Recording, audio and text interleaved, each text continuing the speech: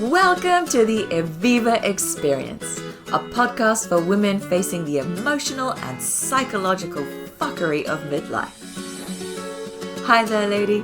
My name is Sarah Tuckett, and I am a somatic psychotherapist and dance movement therapist based in Brisbane. Let's get on with the show. When was the last time you did something a little naughty, a little bit rebellious? If life is feeling a little bit boring, maybe you need a sneaky little midlife rebellion. Now, I'm not talking about going and buying a Lamborghini because we're not guys, and you're probably not going to start dating someone 20 years younger than you. But a key sign of midlife crisis in women is apathy and boredom. Life just feels, meh, like the same thing happens week after week. I love to encourage women to drop the shackles of adult responsibility, if only for like a tiny moment, and remember the lightness and the freedom and the fun that comes with a little bit of rebellion.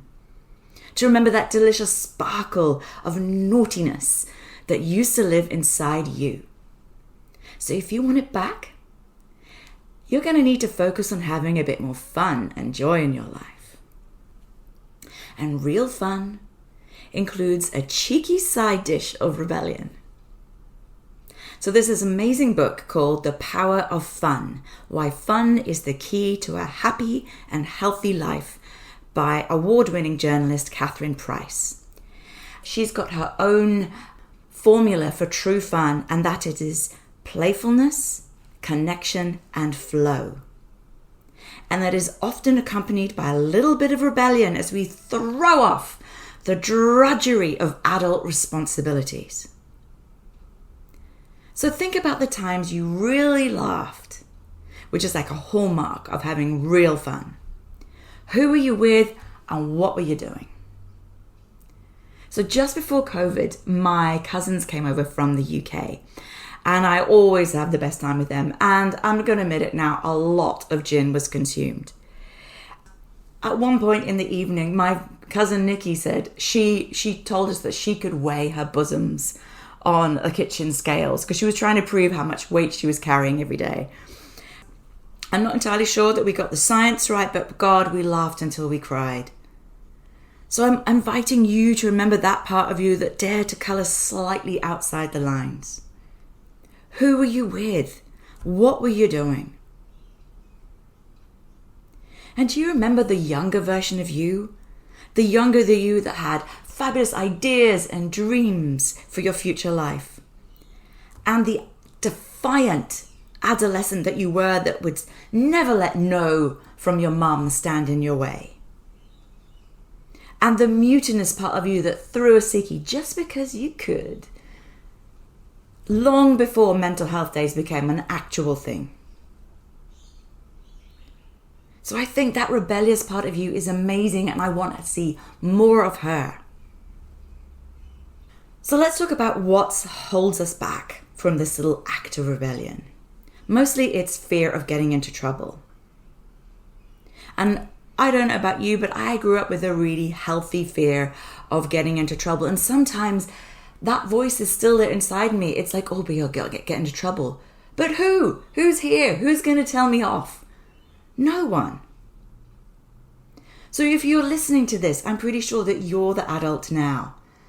And I'm pretty sure the world isn't going to stop if you rebelled against the drudgery of the invisible labor that we have to do. About making dentist appointments for your parents or taking your kids to school. So I'm not suggesting that you go out there and slash your neighbour's tyres or take a 5-finger discount on the Tim Tams at Woolies. What I am talking about is saying fuck no to things that you have zero interest in doing. All that blur and meh and blur.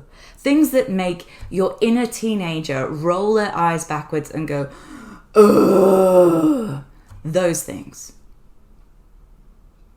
And what it's about is putting your needs first for a change, lady.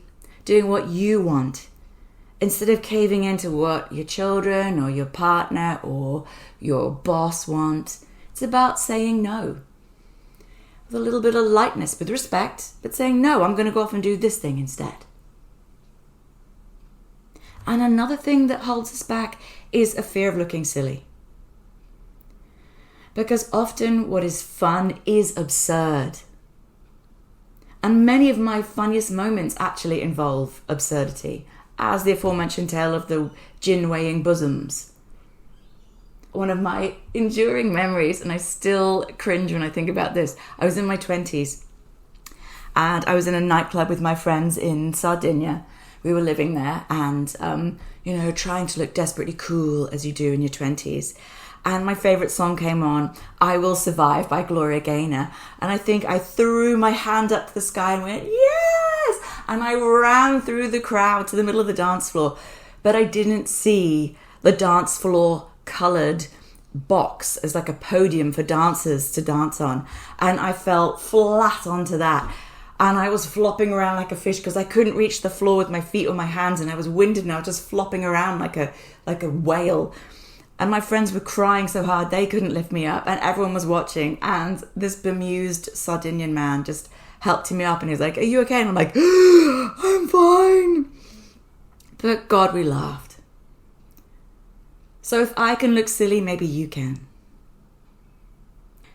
And another thing, I have a really strong good girl streak. And it's really helpful because it helps me survive in life.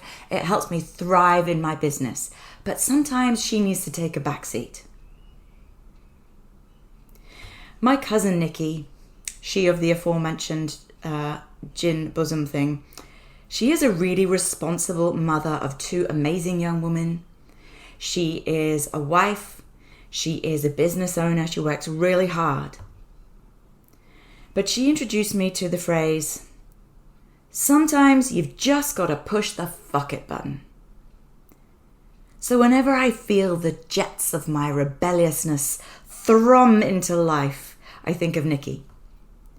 So if Nikki and I can press the fuck it button, maybe you can too. Go on, press it. I double dare you. Thank you for listening to today's podcast. I have a question for you. How do you want to feel today? Powerful, playful, or present? Download my free guide, Feel Your Va-Va-Voom in 60 seconds, and find out how.